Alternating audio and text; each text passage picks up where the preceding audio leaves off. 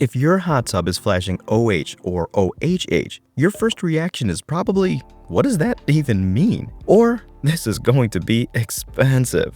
Relax. OH usually means the sensors think the water's overheating, around 108 degrees Fahrenheit or higher. And in some instances, I discovered it can be a water flow problem. Either way, it's usually fixable.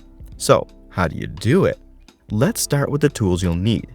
Grab your thermometer, which you'll use to check the water temperature. There is no point guessing when you can get an accurate reading. You'll also need a multimeter to check the resistance on the sensors. And before you touch anything, follow these safety precautions. First, turn off the power at the breaker. If the tub has been running hot, let it sit with the cover off for an hour or two so the heat can escape.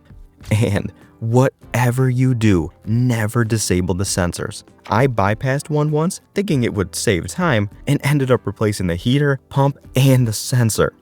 Alright, let's fix it.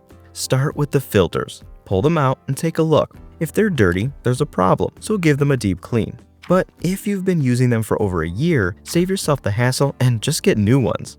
Next, check the water level. If it's low, refill it. If you've done all this and the error is still there, do a hard reset.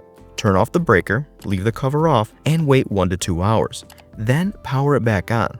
If the OH code comes back immediately, you're likely dealing with a faulty temperature sensor or high limit sensor. I've actually seen this happen where the tub kept flashing OH no matter what was tried. Then it switched to an SN code, and that was the giveaway that the sensor had finally failed.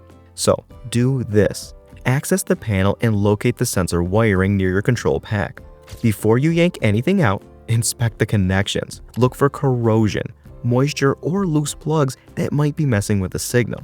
Here's something else most guides skip. If you're in a rural area or your equipment sits low to the ground, also check the gray insulated wires. Rodents love chewing through them. If everything looks clean, grab your multimeter and test the resistance. You'll need to check your manual for correct values. If the readings are off, the sensor needs replacing. So turn off the power, pull out the old one, and plug in the new one. Turn the power back on, and the system should reset itself.